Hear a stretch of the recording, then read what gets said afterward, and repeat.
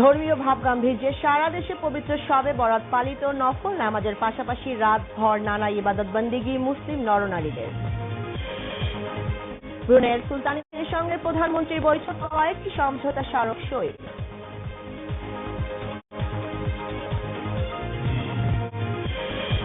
আগামীকাল শুরু হচ্ছে ভোটার তালিকা হালনাগাদ কার্যক্রম, তৃতীয় লিঙ্গ হিসেবে হিজড়ারাও অন্তর্ভুক্ত হতে পারবে বলছে ইসি। এবং শ্রীলঙ্কায় বোমা হামলায় নিহতের সংখ্যা বেড়ে 290, জড়িত সন্দেহে 24 জন আটক, জনজীবনে এখনো আতঙ্ক।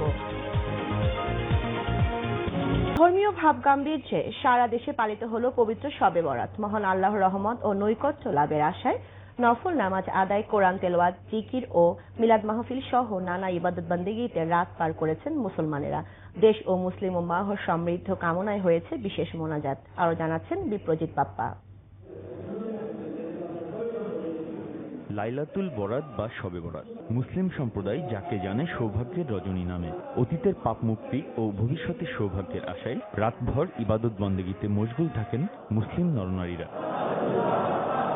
এশান নামাজের পর রাজধানীর জাতীয় মসজিদ বাইতুল মোকাররমে ছিল ধর্মপ্রাণ মানুষের ঢল। নফল নামাজের পাশাপাশি চলে কোরআন তেলাওয়াত, জিকির আজকার, বিশেষ দোয়া ও মোনাজাত।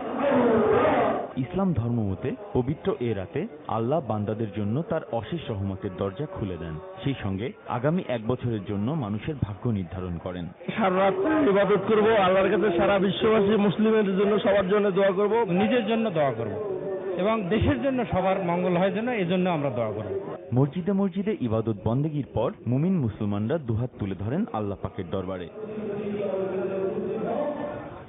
শবে বরাতের এই মহিমান্বিত রাতে প্রিয়জনের কবর জিয়ারত করে তাদের আত্মার মাগফিরাত কামনা করেছেন স্বজনরা।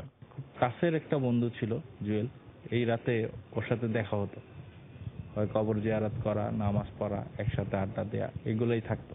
পিতামাতা, দাদা দাদি, আত্মীয় স্বজন যারা কবরবাসী হয়ে গেছেন তাদেরকে এরকম ভাবে তাদের জন্য মাগফিরাতের দোয়া চাওয়া। পবিত্র শবে বরাতের পক্ষকাল পরেই শুরু হয় রহমত, মাগফিরাত আর নাজাতের মাস মাহে রমজান। বিপ্রজিৎ বাপ্পা, মোহনা। এলএনজি সরবরাহ সহ বিভিন্ন বিষয়ে ব্রুনেইয়ের সঙ্গে 6টি সমঝোতা চুক্তি করেছে বাংলাদেশ। সকালে ব্রুনেইয়ের সুলতান হাসান আল মালকিয়ার সঙ্গে প্রধানমন্ত্রী শেখ হাসিনার দ্বিপক্ষীয় বৈঠকে কৃষি, বাণিজ্য, জ্বালানি সহ কয়েকটি খাতে এই চুক্তি সই হয়। এতে বিনিয়োগ, খাদ্য, বিমান যোগাযোগ, মানব সম্পদ উন্নয়ন, পর্যটন সহ বিভিন্ন বিষয়ে সুবিধা পাবে দুদেশ। মঙ্গলবার সকালে ব্রুনেইয়ের রাজধানী জালান কেবাংস্তানের কূটনৈতিক জোনে বাংলাদেশ হাই কমিশনের নতুন চ্যান্সেলরি ভবনের ভিত্তিপ্রস্তরে স্থাপনের কথা রয়েছে প্রধানমন্ত্রী শেখ হাসিনার। এর আগে রোববার ব্রুনেইয়ে প্রবাসী বাংলাদেশিদের সংবর্ধনায় যোগ দেন প্রধানমন্ত্রী। এক বক্তব্যে তিনি শ্রীলঙ্কায় বোমা হামলার তীব্র নিন্দা জানিয়ে সন্ত্রাসী ও জঙ্গিদের কোনো দেশ, জাত কিংবা ধর্ম নেই বলে মন্তব্য করেন। বাংলাদেশ সরকার জঙ্গিবাদের বিরুদ্ধে জিরো টলারেন্স নীতি গ্রহণ করেছে জানিয়ে এদের বিরুদ্ধে সবাইকে সোচ্চার হওয়ার আহ্বান জানান প্রধানমন্ত্রী। সাজ্জাদুর রহমানের ডেস্ক রিপোর্ট। ব্রুনেইয়ের এম্পায়ার অ্যান্ড কান্ট্রি ক্লাব হোটেলে বলরুমে প্রবাসী বাংলাদেশিদের দেয়া সংবর্ধনা অনুষ্ঠানে যোগ দেন প্রধানমন্ত্রী শেখ হাসিনা। এই সময় শ্রীলঙ্কায় সন্ত্রাসী হামলার তীব্র নিন্দা জানিয়ে প্রধানমন্ত্রী বলেন, সন্ত্রাসীদের ধর্ম নেই, দেশ নেই।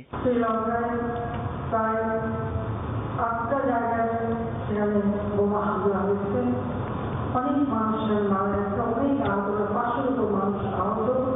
আমরা এই ধরনের ঘটনার তীব্র নিন্দা জানাই। সন্ত্রাসী, দুর্নীতিবাজ ও মাদকাসক্তের বিরুদ্ধে সরকারের জিরো টলারেন্স নীতির কথা আবারও উল্লেখ করেন তিনি। জঙ্গিবাদ, সন্ত্রাস নির্মূল কর্মসূচি বাংলাদেশে আমরা জিরো টলারেন্স ঘোষণায় দেয়নি।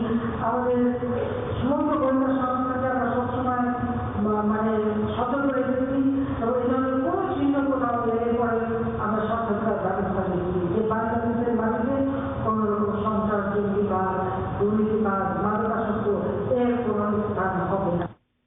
সঙ্গীদের নিয়ে ব্রুনেই আন্তর্জাতিক বিমানবন্দরে পৌঁছালে প্রধানমন্ত্রী শেখ হাসিনাকে লাল গালিচা সংবর্ধনা দেওয়া হয়। 3 দিনের সফরে দেশটির সুলতানের সঙ্গে বৈঠকে 7টি সমঝোতা স্মারক সইয়ের সম্ভাবনা রয়েছে। দেশের স্বার্থ সংশ্লিষ্ট 6টি সমঝোতা স্মারক সই। লক্ষ্মীপুরে গায়ে কেরোসিন ঢেলে দেয়া 400 নারী ও শিশু। রোহিঙ্গাদের ভোটার হওয়ার পথ বন্ধ করতে উদ্যোগী ইসি। কাল থেকে শুরু তালিকা হালনাগাদ, যুক্ত হবেন তৃতীয় লিঙ্গের মানুষেরা। 6টি সমঝোতা স্মারকে সই হয়।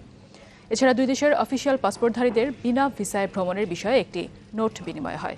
এর আগে সুলতান ও রাজকীয় পরিবারের সদস্যদের সাথে শুভেচ্ছা বিনিময় করেন শেখ হাসিনা।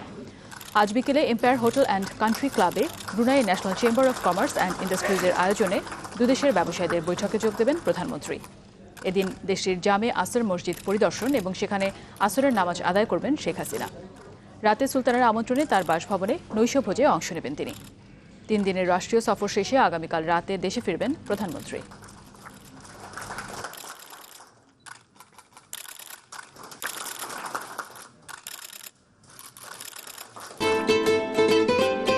দুপুরে গায়ে কেরোসিন ঢেলে আগুন দেওয়ায় গুরুতর দগ্ধ নারীর মৃত্যু হয়েছে। সকালে ঢাকা মেডিকেলের বার্ন ইউনিটে তার মৃত্যু হয়। এ ঘটনায় 2 জনকে আটক করেছে পুলিশ। পুলিশ জানিয়েছে ওই নারীর বাড়ি চট্টগ্রামের রাউজান এলাকায়। মোবাইল ফোনে পরিচয়ে লক্ষ্মীপুরের তাদের বিয়েও হয়, কিন্তু সালাউদ্দিন কখনোই তাকে স্ত্রীর মর্যাদা দেননি। শেষে গত শুক্রবার স্ত্রীর দাবি নিয়ে চরফলকন গ্রামে যান ওই নারী, কিন্তু সালাউদ্দিন তাকে স্ত্রী হিসেবে অস্বীকৃতি জানান। 2 দিন ওই গ্রামে থাকার পর গতকাল কে বা কারা কেরোসিন ঢেলে তার গায়ে আগুন দেয়। গুরুতর অবস্থায় তাকে ঢাকায় আনা হয়।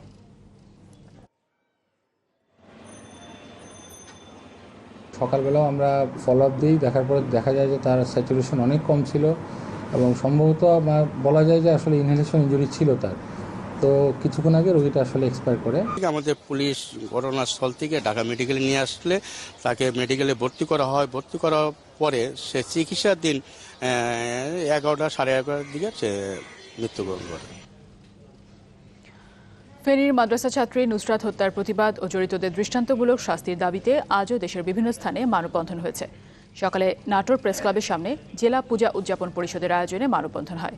এতে সংগঠনটির সদস্যরা ছাড়াও বিভিন্ন সংগঠন ও নাগরিক সমাজের প্রতিনিধিরা অংশ নেন। দিনাজপুরেও মানববন্ধন করেছে পূজা উদযাপন পরিষদ, মহিলা ঐক্য এবং ছাত্র ঐক্য পরিষদ সহ বেশ কয়েকটি সংগঠন। এছাড়াও মানববন্ধন হয়েছে জয়পুরহাট, পটুয়াখালী, ভোলা, নড়াইল সহ বেশ কয়েকটি জেলায়। এদিকে ঝিনাইদহের শৈলকুপায় এক গৃহবধূর মৃত্যুর ঘটনায় মামলা না নেয় 1.5 ঘণ্টা কুষ্টিয়া ঝিনাইদহ সড়ক অবরোধ করে স্থানীয়রা। রক্ষায় গণতন্ত্র পুনরুদ্ধার জরুরি বলে মনে করেন বিএনপির স্থায়ী কমিটির সদস্য খন্দকার মোশাররফ হোসেন। এজন্য চেয়ারপারসন বেগম খালেদা জিয়াকে মুক্ত করে আন্দোলনে নামতে হবে বলে মন্তব্য করেন তিনি। বেগম জিয়ার মুক্তি দাবিতে সকালে জাতীয় প্রেস ক্লাবের সামনে প্রতিবাদ কর্মসূচিতে বক্তব্য দেন খন্দকার মোশাররফ। চেয়ারপারসনের মুক্তি আন্দোলনে সবাইকে শরিক হওয়ার আহ্বানও জানান তিনি। রক্ষা করতে হলে প্রথম দায়িত্ব গণতন্ত্রকে পুনরুদ্ধার করা, আর গণতন্ত্রকে পুনরুদ্ধার করতে হলে আমাদের গণতন্ত্রের মাতা দেশনেত্রী বেগম খালেদা জিয়াকে কারাগারে রেখে গণতন্ত্রকে মুক্ত করা যাবে না। তাই আমাদের প্রধান দায়িত্ব দেশনেত্রীকে মুক্ত করা এবং তার নেতৃত্বে এদেশে গণতন্ত্র প্রতিষ্ঠা করা, মানুষের অধিকার প্রতিষ্ঠা করা। চান তিনি। এর আগে দুপুরে ব্রুনাইয়ের রাজধানী সেরিবেগোয়ানে পৌঁছান প্রধানমন্ত্রী।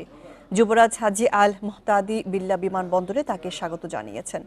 আজ সুলতান বলকিয়া এবং রাজ পরিবারের সঙ্গে সাক্ষাৎ করবেন শেখ হাসিনা।